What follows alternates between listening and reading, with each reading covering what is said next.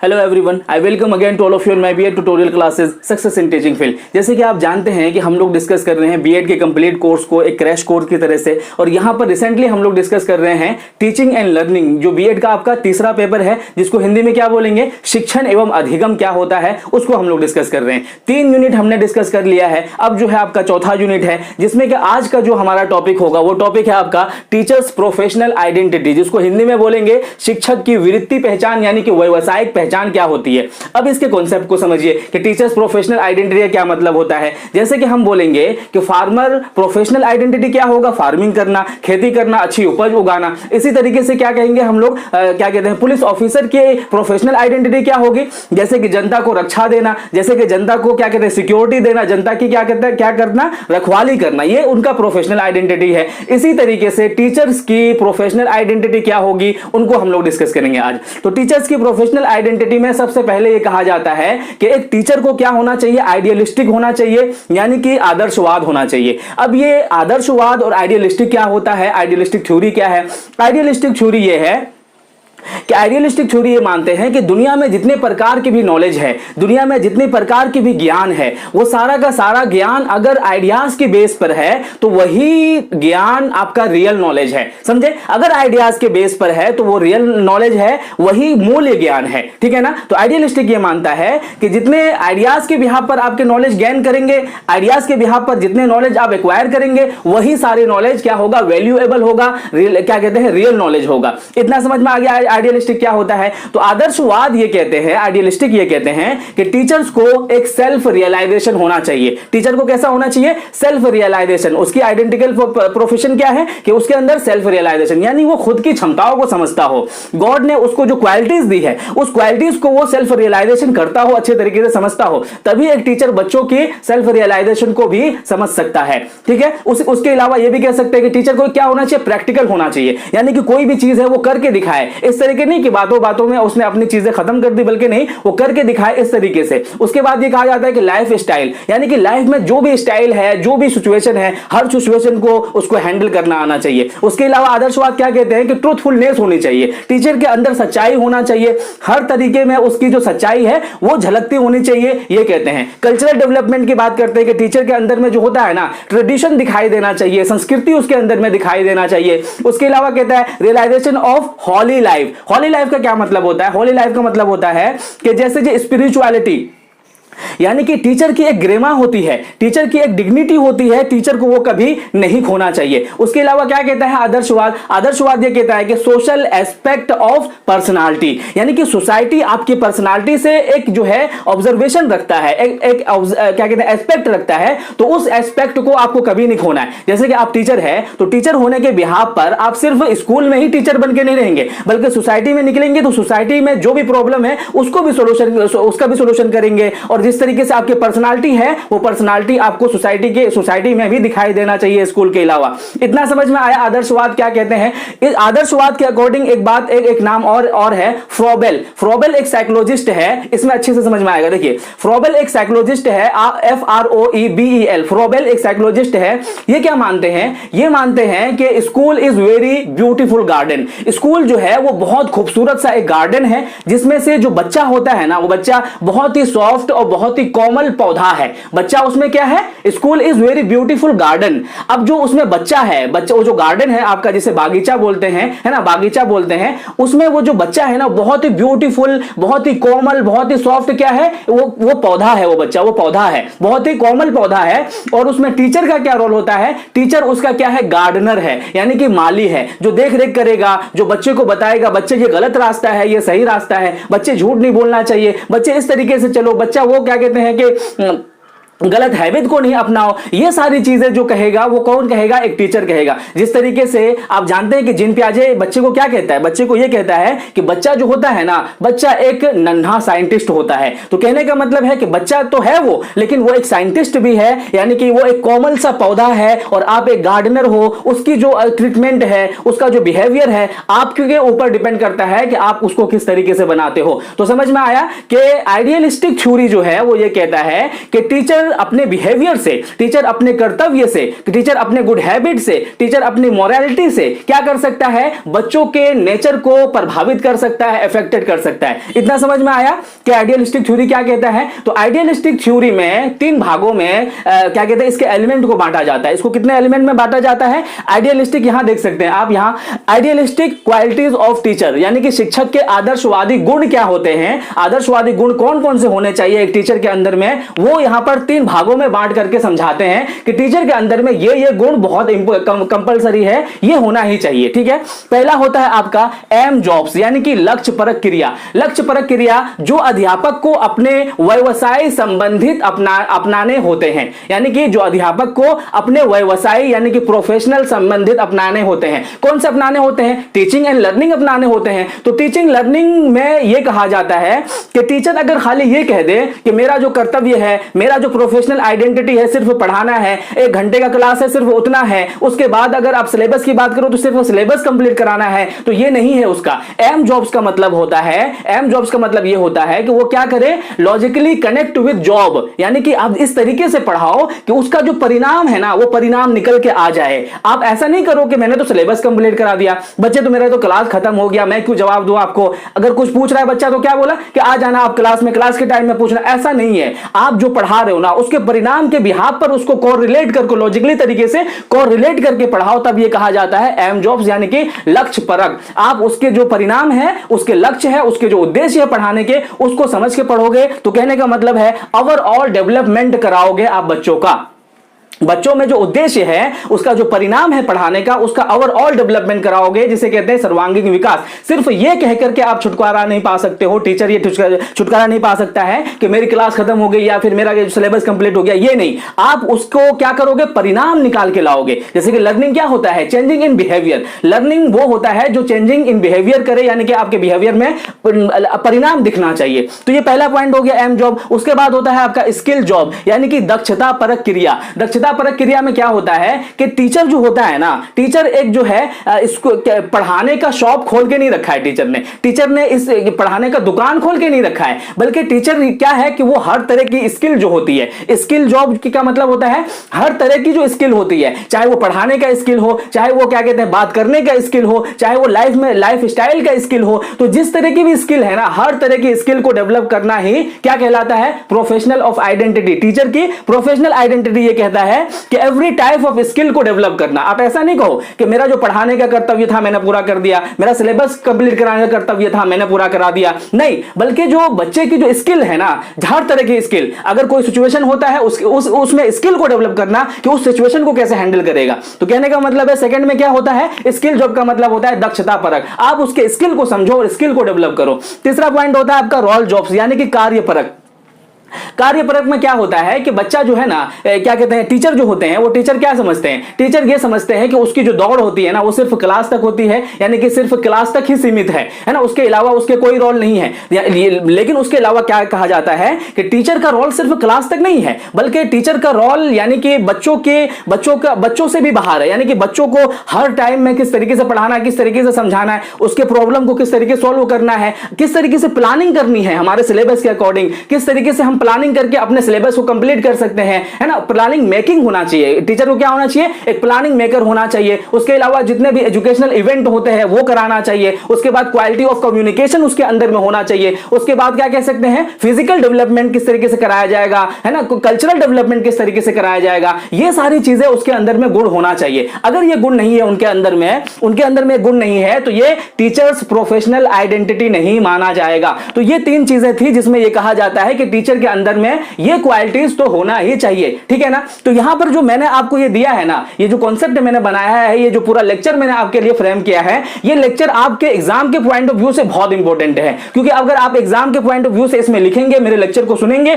तो आप जो है 10 से 15 पेज लिख सकते हैं इससे। उसके अलावा कंपटीशन का भी आपका तैयारी हो जाएगा। इसलिए कि मैं आपको 100% श्योरिटी के साथ कहता हूं कि ये जो 10-15 किताबों को मिलाकर के मैंने आपको यहां पर समराइज, यानी जैसे क्या कहेंगे, संपूर्ण निचोड़ जो होता है ना, वो मैंने यहां पर आपके लिए प्रोवाइड कराया है। तो ये समझ में आया, 3 तरीके से होता है, यानी कि आइडियलिस्टिक थ्योरी में 3 तरह की टीचर्स प्रोफेशनल आइडेंटिटी होती है, ये जो मैंने बता दिया आपको।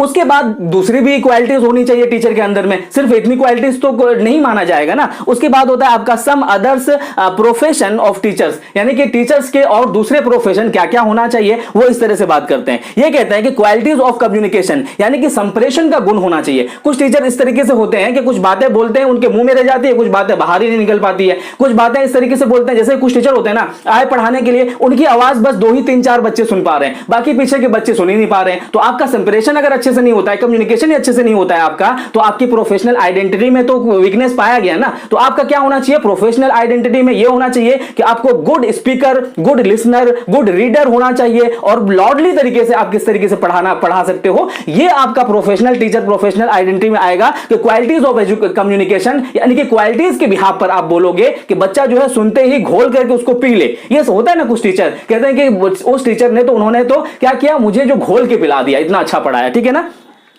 तो क्वालिटीज ऑफ कम्युनिकेशन में क्या आता है, ये आता है इंटरेस्ट ऑफ स्टूडेंट। सबसे पहले आपको देखना है कि बच्चे को किन चीजों को सीखने में इंटरेस्ट है, बच्चे को किस तरीके से सीखने में इंटरेस्ट है, उन तरीकों को ही अप्लाई करके आप बच्चों के इंटरेस्ट को ध्यान में रख करके, है ना, उसकी जो बच्चे की रुचि है उसको ध्यान में रख करके आप पढ़ाएंगे। उसके बाद होता है आपका फिजिकल कंडीशन। आप जो है 10 घंटे तक लेक्चर ले रहे हो और बच्चे की क्षमता कितनी है, सिर्फ आधे घंटे की होती है। अगर उस बच्चे ने आधे घंटे तक ही आपके लेक्चर को समझा है, तो बाकी साढ़े 9 घंटे जो होते हैं ना, वो आपका जो है कचरे के डब्बे में गया। तो कहने का मतलब है कि यहां जो फिजिकल कंडीशन है, बच्चा आधा घंटा बैठ सकता है, बच्चा आधा घंटा सुन सकता है, तो आप आधे घंटे ही बहुत इफेक्टिव तरीके से पढ़ाओ। ये होता है टीचर्स का प्रोफेशनल आइडेंटिटी। उसके बाद होता है आपका ऑर्गेनाइजेशन ऑफ नॉलेज, यानी कि आपको तो नॉलेज बहुत भरा हुआ है क्योंकि आप टीचर हो, नॉलेज इतना ज्यादा है, आप टीचर हो, लेकिन आपको बच्चे का लेवल देखना है कि बच्चा कितना सीख पाएगा, बच्चे का जो है स्किल देखना है कि बच्चा कितनी चीजों को ज्ञान कर पाएगा, बच्चे की एज देखना है कि वो किस एज में किस तरीके से किस विधि से सीखेगा। तो ऑर्गेनाइजेशन ऑफ नॉलेज का मतलब है कि सिस्टमैटिक तरीके से आप चलो, तब जाकर के बच्चा अच्छी तरीके से सीखेगा। उसके बाद होता है आपका टीचिंग मेथड। टीचिंग मेथड बहुत बड़ा इफेक्टिव पार्ट होता है। कुछ टीचर्स इस तरीके से होते हैं, वो ये कहते हैं कि नहीं, जिस तरीके से मैं पढ़ाता हूं उस तरीके से पढ़ो, नहीं तो नहीं पढ़ो, है ना। तो ये नहीं करना है। बच्चा अगर 5 साल का है तो उसको प्ले वे मेथड से पढ़ाओ। बच्चा अगर 13 साल से पहले का है तो उसको क्या है, स्किल मेथड यानी कि स्टोरी टेलिंग मेथड से पढ़ाओ। बच्चा अगर क्या है, क्या कहते हैं कि अगर हायर एजुकेशन में है तो आप उसको लेक्चर मेथड से पढ़ाओ। तो मेथड को समझना जरूरी है, ये एक टीचर्स प्रोफेशनल आइडेंटिटी के लिए कंपलसरी है।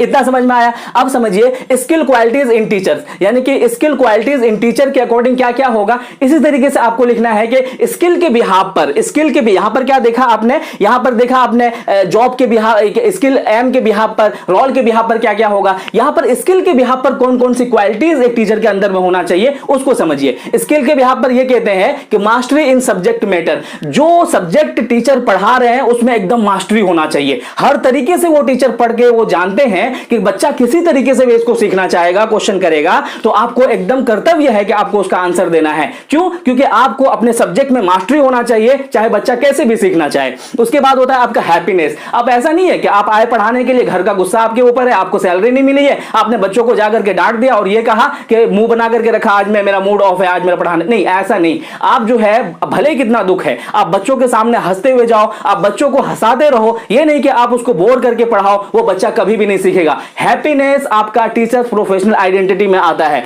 उसके बाद होता है आपका प्रॉब्लम सॉल्व।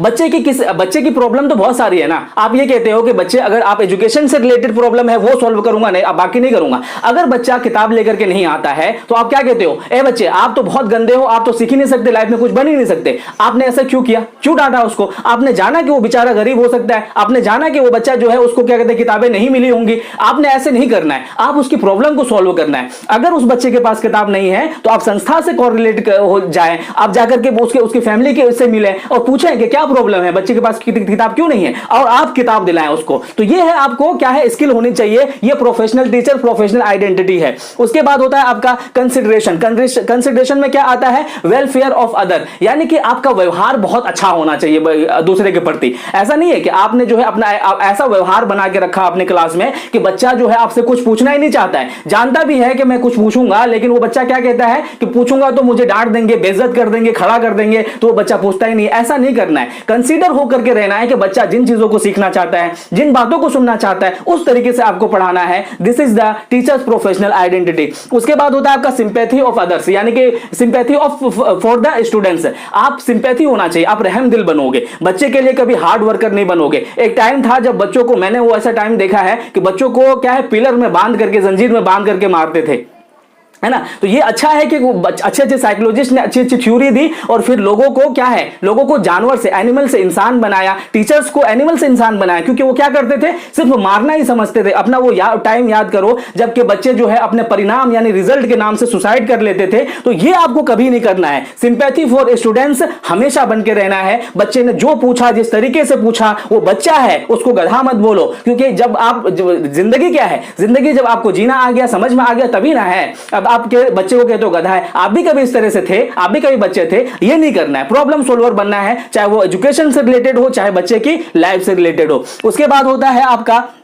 कोऑपरेटिवनेस। कोऑपरेटिवनेस में क्या रखा जाता है कि आपको फ्रेंडली रहना है। अगर आप टीचर बन के रहोगे ना, तो बच्चा बेचारा कभी भी एक टीचर से पूछ नहीं पाएगा। अगर आपके बिहेवियर में फ्रेंडली नहीं है, फ्रेंडली आप बिहेवियर नहीं करते हो बच्चे के साथ में, तो बच्चा बेचारा हमेशा हिचकिचाएगा आपसे पूछने से। तो टीचर प्रोफेशनल आइडेंटिटी ये कहता है कि आपके अंदर में फ्रेंडलीनेस होना चाहिए, आप फ्रेंडली बन करके उसके फ्रेंडली बिहेवियर उसके साथ में अपनाओ। उसके बाद होता है आपका वर्किंग सक्सेसफुली। आप जो काम कर रहे हो ना, आप सक्सेसफुली करो। इस तरीके से नहीं कि थोड़ा ये किया, थोड़ा वो किया, ऐसा नहीं। आप सिलेबस पढ़ा रहे हो तो मास्टरी के साथ में पढ़ाओ। बच्चे को कोई गुण सिखा रहे हो तो एकदम मास्टरी के साथ में कंप्लीटली सक्सेसफुल तरीके से सिखाओ। कहने का मतलब है जो सिखा रहे हो उसको परिणाम दिला करके रहो, तब जाकर के मानो, है ना। उसके बाद होता है आपका इमोशनल एबिलिटी।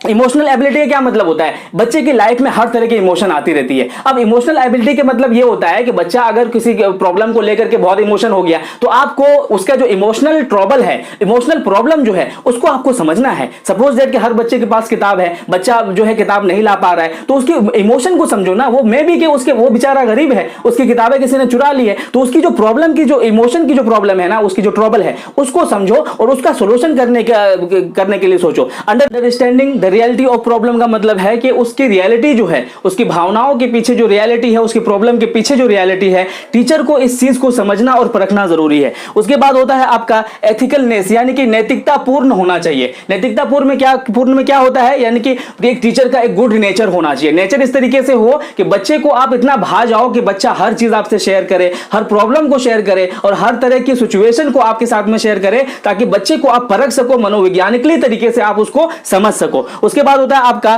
क्या कहते हैं कि ट्रेडिशनल का क्या मतलब होता है, यानी कि संस्कृति दिखनी चाहिए आपके अंदर में। जो आपका ट्रेडिशन है, आपका जो प्रोफेशन है, आपका जो कर्तव्य है, आपकी जो डिग्निटी है, वो सारी चीजें आपके अंदर में, टीचर के अंदर में दिखाई देना चाहिए। This is the teachers professional identity. उसके बाद होता है आपका एक्सप्रेशननेस, है ना। एक्सप्रेशन का मतलब क्या होता है कि आप उसको जो ना पूरी तरीके से बता सको, उसको एक्सप्रेस कर सको। उसमें क्या आता है, एक्सप्रेशन ऑफ आइडियाज। जो आइडियाज आपके अंदर में है, एक टीचर के अंदर में बहुत सारे आइडियाज है, अगर आप उसको एक्सप्रेस नहीं कर पा रहे हो, है ना, तो फिर आपकी जो क्वालिटीज है, आपकी क्वालिटीज जो है टीचर प्रोफेशन के अकॉर्डिंग नहीं माना जाएगा। उसके बाद होता है आपका कम्युनिकेशन। कम्युनिकेशन का क्या मतलब होता है, आप जो बातें कर रहे हो, आप जो बोल रहे हो, बच्चों को पूरी तरीके से समझ में आना चाहिए। अब उसके बाद यहां देख सकते हो, उसके अलावा भी बहुत सारे हैं, जैसे कि इंटेलिजेंस। कोई प्रॉब्लम होती है, कोई क्वेश्चन क्रिएट होता है, किसी तरह की बात होती है, तो टीचर के अंदर में इतना बुद्धि होना चाहिए ना कि हर चीजों को वो सोल्यूशन निकाल सके। उसके बाद होता है आपका जजमेंट। टीचर का काम सिर्फ सिलेबस कंप्लीट करवाना नहीं होता है। सपोज दैट कि किसी सिचुएशन के अकॉर्डिंग अगर बच्चे लड़ रहे हैं आपस में, कोई प्रॉब्लम हो गई है, किसी बात के अकॉर्डिंग बच्चे क्या कर रहे हैं, डिस्कस कर रहे हैं, तो आपको एक जजमेंटल होना चाहिए, यानी कि आप न्याय कर सको उस बच्चे के साथ में कि इसके साथ गलत हुआ है, उसके साथ सही हुआ है। आप टीचर होने के बिहाफ पर पीछे नहीं हट सकते हो किसी भी प्रॉब्लम से। टीचर के होने के बिहाफ पर आप बच्चों की प्रॉब्लम से पीछे नहीं हट सकते हो। आप प्रॉब्लम का जजमेंट निकालोगे कि इसका सॉल्यूशन ये है। एक टीचर की जो प्रोफेशनल आइडेंटिटी होती है, ये जजमेंट होती है। उसके बाद होता है आपका पर्सनल क्वालिटीज।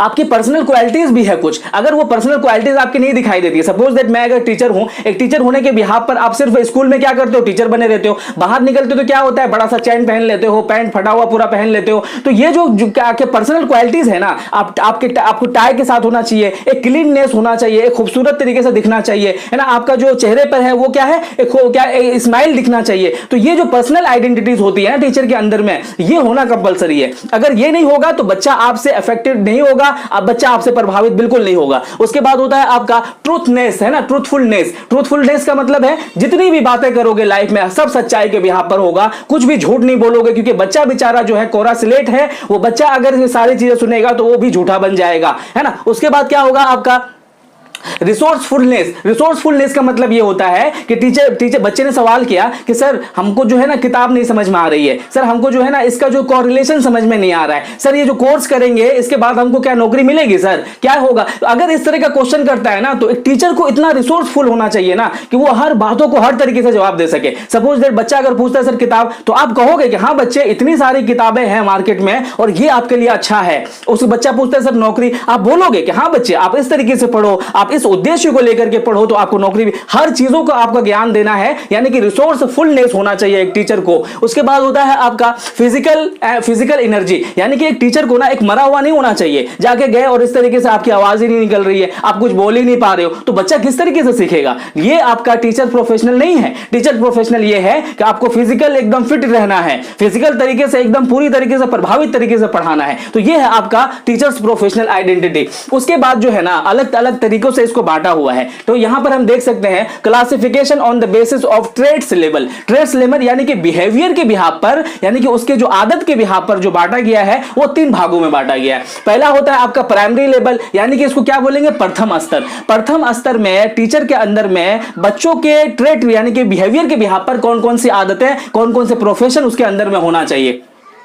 पहला जो होता है प्राइमरी लेवल, यानी कि प्रारंभिक स्तर में क्या होगा, प्रथम स्तर में सब्जेक्ट मास्टरी। प्रारंभिक स्तर में ये ट्रेड के लेवल पे ये कहा जाता है कि सब्जेक्ट मास्टरी जरूरी है। अगर बच्चे टीचर के अंदर में सब्जेक्ट मास्टरी नहीं होगा तो वो अपने घोड़े कभी साइकोलॉजी में दौड़ाएगा, कभी फिलॉसफी में दौड़ाएगा, कभी हिस्ट्री में दौड़ाएगा, तो अपने मेंटर को वो बोल ही नहीं पाएगा। तो अगर नहीं बोल पाएगा तो उसका जो शिक्षण उद्देश्य है वो निकल के ही नहीं आएगा, तो आपका जो है आपका लेक्चर पूरा बर्बाद जाएगा। उसके बाद होता है knowledge of psychology. Knowledge of psychology का होना इस टीचिंग सब्जेक्ट में बहुत कंपलसरी है। अगर साइकोलॉजी का नॉलेज नहीं है, सपोज दैट के साइकोलॉजी का नॉलेज होने का क्या मतलब है, साइकोलॉजी के नॉलेज होने का मतलब है कि एक टीचर को ना एक बच्चे को पढ़ना आना चाहिए, एक बच्चे के अंदर में कितनी क्वालिटीज है इसको पढ़ना आना चाहिए, बच्चा कितना सीख सकता है, आगे लाइफ में क्या बन सकता है, एक टीचर को यह पढ़ना आना चाहिए एक बच्चे को देख करके कि ये बच्चा बहुत बेस्ट कर सकता है लाइफ में, पढ़ना आना चाहिए। जैसे कॉग्निटिव को बांटा गया है ना, उसको बाद में डिस्कस करेंगे। उसके बाद होता है आपका अंडरस्टैंडिंग द स्टूडेंट्स बैकग्राउंड। एक टीचर को सबसे पहले बच्चे का बैकग्राउंड पढ़ना जरूरी है, किस फैमिली से आया है, एजुकेटेड फैमिली है कि नहीं, उसकी आर्थिक व्यवस्था किस तरीके से था, उस बच्चे को हिंदी इंग्लिश दोनों आती है कि नहीं, बच्चा कितनी लैंग्वेज बोल सकता है, बच्चा कितने तरीके से सीख सकता है, ये चीजें उसके अंदर में होना जरूरी है। तो ये तीनों किस में आता है, प्राइमरी लेवल पर। अब सेकेंडरी लेवल में क्या होता है, सेकेंडरी लेवल में उसने समझ लिया बच्चा क्या सीखेगा क्या पढ़ेगा। अब सेकेंडरी लेवल में जो है ना, सेकेंडरी लेवल में होता है कम्युनिकेशन एबिलिटी। बच्चे के अंदर में जो कम्युनिकेशन, टीचर के अंदर में कम्युनिकेशन एबिलिटी इतना होना चाहिए कि बच्चा ये समझे वाओ इतना अच्छा बोलते हैं, इतना प्यार से समझाते हैं, इतना अच्छे तरीके से बताते हैं, ये कम्युनिकेशन स्किल होता है। उसके बाद होता है आपका सॉफ्ट स्पोकन। आपको प्यार से बात करना है, कुछ भी मैटर हो, कुछ भी सिचुएशन हो, प्यार से हैंडल करना है, डांटना बिल्कुल और आंखें नहीं दिखाना है बच्चे को, क्योंकि वो बेचारा बच्चा है और नन्हा साइंटिस्ट भी है, तो समझ करके वो अगर उल्टा जवाब दे दिया तो टीचर समझ ले अपना हालत। उसके बाद होता है आपका सब्जेक्ट क्लियरिटी। जो सब्जेक्ट पढ़ा रहे हो ना आप उसको क्लियर करके पढ़ाओ ना। सपोज हिस्ट्री पढ़ा रहे हो तो हिस्ट्री पढ़ाते पढ़ाते आप इसमें क्यों घुस जा रहे हो, ज्योग्राफी में,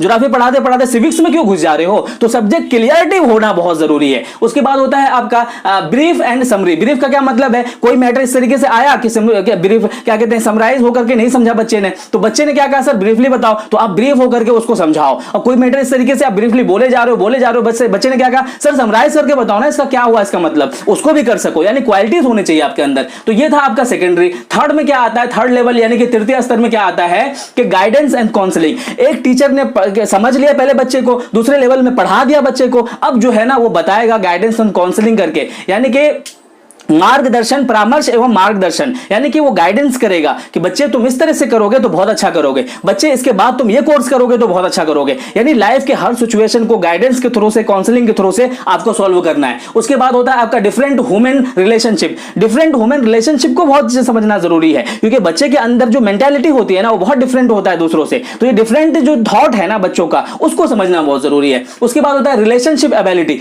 यानी कि बच्चे के अंदर में जो रिलेशनशिप होती है, जैसे कि कुछ बच्चे जो है ना आपको ही सब कुछ मानते हैं, अपने पेरेंट्स को वो बहुत कुछ नहीं मानते। वो कहते हैं कि क्योंकि वो पेरेंट्स के बीच में कुछ नहीं बोलता है और एक टीचर के बीच में बहुत कुछ बोलता है, इसका मतलब है कि वो बच्चा जो है ना आपके रिलेशन से बहुत जुड़ा हुआ है। तो ये जरूरी है कि अगर वो आपको सब कुछ मानता है तो आप उसके साथ में ओवरऑल डेवलपमेंट की बात करो। उसके बाद जो होता है, या थर्ड हो गया, उसके बाद अब एक पॉइंट और होता है, वो होता है एसेंशियल स्किल फॉर टीचर, यानी कि आवश्यक क्षमताएं क्या क्या होनी जरूरी है। ये तो थी जनरल क्षमता है। एक आवश्यक यानी कि कंपलसरी तौर पर कुछ चीजें एक टीचर के अंदर में, टीचर प्रोफेशनल आइडेंटिटी के अंदर में होना बहुत जरूरी है, और वो उसको 3 भागों में बांटते हैं। इसको मैंने बताया है आपको जिन पियाजे की थ्योरी में। पहला होता है आपका कॉग्निटिव। कॉग्निटिव डिस्कस करता है कि जैसे कि पियाजे ने बताया ना, जिन पियाजे ने, कि पहला जो स्टेज होता है सेंसरी मोटर स्टेज होता है। कॉग्निटिव में बच्चा क्या है कि 0 से लेकर के 2 साल में कैसे बच्चा सीखता है, किस तरीके से थिंकिंग पावर को दूसरों से क्या करता है, अनुकूल करके सीखता है। उसके बाद होता है अफेक्टिव, जो बच्चे ने सीखा है उसको ग्रहण किस तरीके से कर रहा है, उसको रिसीविंग किस तरीके से कर रहा है, कितना वो समझ पा रहा है अपनी मेंटालिटी को। सपोज दैट कि आपने अपने एग्जांपल से समझाया तो बच्चे ने समझा, लेकिन अब जब आप समझा रहे हो तो वो बच्चा अपनी तरफ से कुछ क्वालिटीज या फिर कुछ स्किल्स या फिर कुछ एक्सपीरियंसेस या फिर कुछ क्या कहते हैं कि एग्जांपल दे सकता है कि नहीं। इफेक्टिव में क्या आता है कि वो बच्चा समझ करके उसको एग्जांपल दे सकता है। उसके बाद साइकोमोटर आता है। साइकोमोटर का मतलब ये होता है कि टीचर के अंदर में जो चीजें सिखा रहा है उसको करके भी गुण आना चाहिए, करके भी दिखाना चाहिए। तो टीचर को अंदर में क्या होना चाहिए, कॉग्निटिव स्किल होना चाहिए, इफेक्टिव स्किल होना चाहिए, और उसके बाद साइकोमोटर स्किल बहुत कंपलसरी है, और ये क्या है, एसेंशियल है, यानी कि कंपलसरी है। तो ये था आपका टीचर्स प्रोफेशनल आइडेंटिटी, जो कि हर लेवल पे हर तरीके से होना जरूरी है। और आप भी जानते हैं कि आज की डेट में टीचर्स प्रोफेशनल के अकॉर्डिंग कितने गुण पाए जाते हैं। अगर आपको कोई गुण याद हो कि आज की डेट में कितने पाए जाते हैं इसमें गुण, तो आप जरूर कमेंट सेक्शन में बताएं। आई होप कि ये लेक्चर भी आपको समझ में आया होगा। किसी तरह की क्वेरीज होगी, किसी तरह का प्रॉब्लम होगा तो कमेंट सेक्शन है, मैं आपको विद इन 5 मिनट आंसर करूंगा। Thank you so much video देखने के लिए।